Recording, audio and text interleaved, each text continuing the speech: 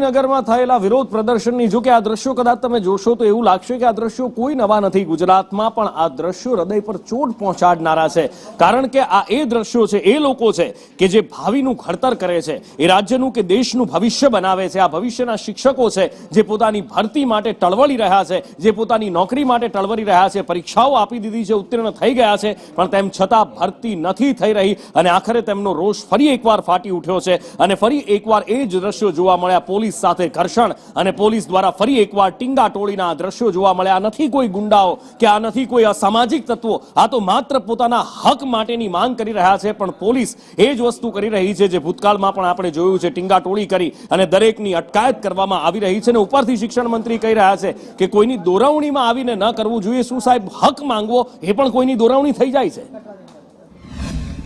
સરકારે ભરતી જાહેર કરી છે, ભરતી કાચમાં કદી ચાલુ રાખી છે। તમારી મુખ્ય માંગણી છે કે 9 થી 12 ની ભરતી છે કરો છો, ક્રમિક કરો, એનું ડીવી જાહેર કરો, પીએમએલ જાહેર કરો અને ઉમેદવારોને ન્યાય આપો। કાચમાની ગતિ છે, ભરતી છે, ભરતી બંધ કરો। શિક્ષકોની જગ્યા છે એ જગ્યામાં વધારો કરવામાં આવે। આ ઉપરાંત ઝડપથી ભરતી પ્રક્રિયા કરવામાં આવે, પીએમએલ અને ડીવીની તારીખ રજૂ કરવામાં આવે અને 1 થી 8 ધોરણની અંદર અને આ ઉપરાંત 9 થી 12 ધોરણની અંદર જેટલો જગ્યા વધારો શક્ય બને છે એટલો જગ્યા વધારો કરવામાં આવે। શિક્ષકોની ઘટ હતી અને એને પૂર્ણ કરવા માટેની સરકારે ઓફિશિયલી મીડિયા દ્વારા અને આપ સમક્ષ જાહેરાત કરી છે ને એનું શેડ્યુલ કોઈક જગ્યાએ 1-2 મહિના લેટ થયું છે। એના અનેક કારણો છે, એમાંનું એક આચારસંહિતા પણ હતું જે 24,700 ભરતી કરવા માટે સરકારે જે બાંહેધરી એટલે જાહેરાત કરી છે પૂર્ણ રીતે થશે।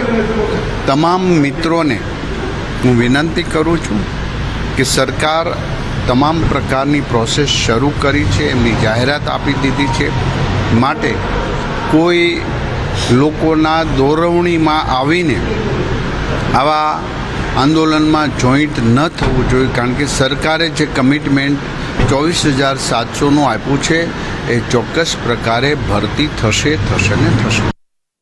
ભરતી થશે ને થશે, પણ પ્રફુલભાઈ ક્યારે ભરતી થશે? શિક્ષણ મંત્રી શ્રી માત્ર ગાજર લટકાડેલું છે ને એની પાછળ ટેટ-ટાટ વાળા દોડી રહ્યા છે।